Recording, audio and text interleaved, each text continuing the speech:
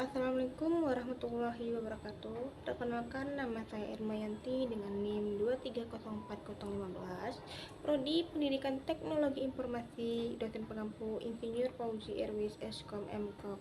Baik, di sini saya akan menjelaskan materi kita yaitu pertemuan ke-11 dengan judul Komunikasi dan Kolaborasi Digital. Komunikasi digital adalah proses pertukaran informasi yang dilakukan menggunakan perangkat digital seperti komputer, smartphone, dan jaringan internet. Komunikasi ini memanfaatkan aplikasi pesan, media sosial, video konferensi, email, hingga platform kolaboratif. Komunikasi digital tidak bergantung pada tatap muka langsung, sehingga dapat dilakukan kapan saja dan di mana saja.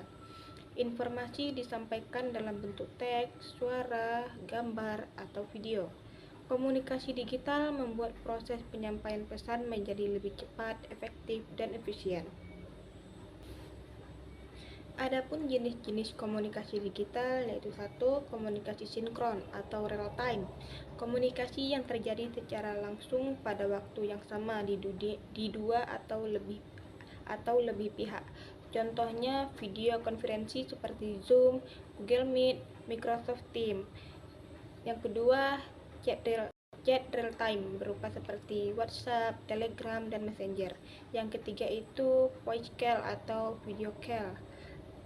Komunikasi sinkron sangat cocok digunakan untuk rapat penting, diskusi kelompok, pembelajaran daring, konsultasi, dan presentasi. Karena terjadi langsung, pihak yang terlibat bisa saling menanggapi dengan cepat tanpa menunggu. Komunikasi asinkron atau tidak langsung, komunikasi yang tidak membutuhkan kedua pihak berada pada waktu yang sama. Contohnya berupa seperti email, forum diskusi online, sistem e-learning, dan komentar pada media sosial. Komunikasi ini bermanfaat untuk penyampaian pesan yang lebih formal, panjang, serta dapat didokumentasikan. Penerima pesan bisa membalas kapan saja sesuai waktunya. Biasanya digunakan untuk pekerjaan kantor, pendidikan, dan pengarsipan informasi penting. Bentuk-bentuk komunikasi digital. 1. Email, media komunikasi profesional yang digunakan untuk surat menyurat elektronik. Kelebihan dan penjelasannya itu format tertulis yang sopan dan formal. 2. Dapat menyimpan riwayat komunikasi. 3. Bisa melampirkan file dokumen, gambar atau link. Dan 4. Banyak digunakan dalam dunia kerja dan pendidikan.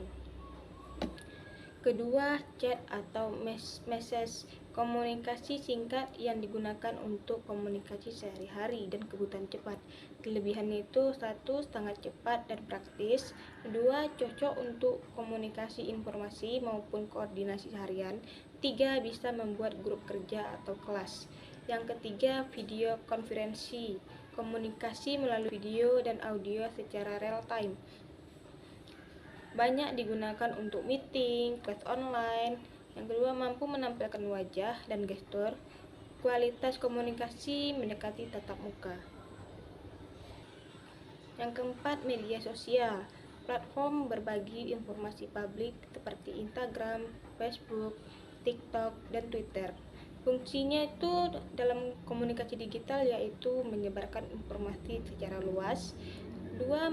Media promosi edukasi, marketing, dan kolaborasi komunikasi. 3. Tempat diskusi dan penyebaran konten kreatif. Yang keempat, kolaborasi digital. Kolaborasi digital adalah kerjasama yang dilakukan menggunakan platform digital untuk mencapai tujuan bersama. Anggota tim dapat bekerja tanpa harus berkumpul di satu tempat. Dokumen dapat diedit secara bersama-sama secara real time. Setiap perubahan bisa dipantau, disimpan, dan dibagikan, meningkatkan produktivitas dan efisien kerja. Yang kelima itu ada alat-alat kolaborasi digital. Yang pertama, Google Workspace, Google Docs, kolaborasi penulisan dokumen secara real time, Google Spreadsheet untuk pengolahan data. Dan ketiga, Google Slides membuat presentasi bersama. Dan keempat, Google Drive penyimpanan file bersama. Google Workspace memungkinkan beberapa orang mengedit dokumen dalam waktu bersamaan, memberikan komentar, mengatur revisi, dan menyimpan otomatis di cloud. Yang kedua, Microsoft 365 berupa seperti Word Online, Excel Online, dan PowerPoint Online. Yang kedua, OneDrive untuk penyimpanan. Yang ketiga, Outlook untuk email organisasi. Microsoft 365 sering digunakan oleh kantor dan sekolah karena integrasi sistem yang kuat dan keamanan data yang tinggi. Yang ketiga itu ada Trello, aplikasi manajemen tugas menggunakan metode papan atau board dan kartu berupa atau disebut dengan care. Memudahkan pembagian tugas tim, cocok untuk proyek kerja kelompok, event, dan manajemen organisasi. Semua anggota dapat melihat status perkembangan tugas. Yang keempat itu ada Slack, platform komunikasi untuk tim kerja. Fungsinya itu berupa seperti chat berbasis channel, 2 integrasi dengan aplikasi kerja lainnya, 3 cocok untuk komunikasi kerja. Adapun keamanan dalam komunikasi dan kolaborasi digital. 1. Gunakan password yang kuat, kombinasi huruf, angka, dan simbol. Jangan gunakan tanggal lahir atau nama yang mudah ditebak. 2. Aktivitas two-factor, lapisan keamanan tambahan agar akun tidak mudah dibobol. 3. Jangan klik link asing. Link mencurigakan dapat berisi virus, malware, atau phishing. 4. Jaga privasi. Jangan membagikan data pribadi di grup publik.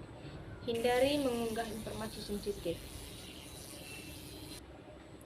Keamanan digital menjadi poin penting karena aktivitas komunikasi dan kolaborasi dilakukan di internet. Data dapat dicuri jika tidak dilindungi.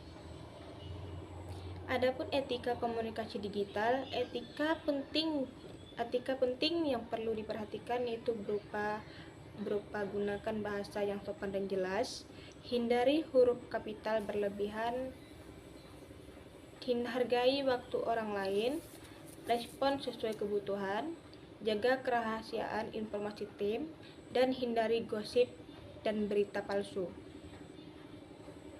Etika digital sangat penting agar komunikasi berjalan lancar, profesional, dan menghargai satu sama lain.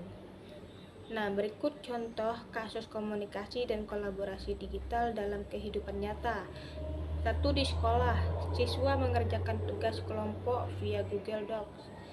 2. Rapat OSIS dilakukan media Zoom. 3. Guru membagikan materi ke classroom.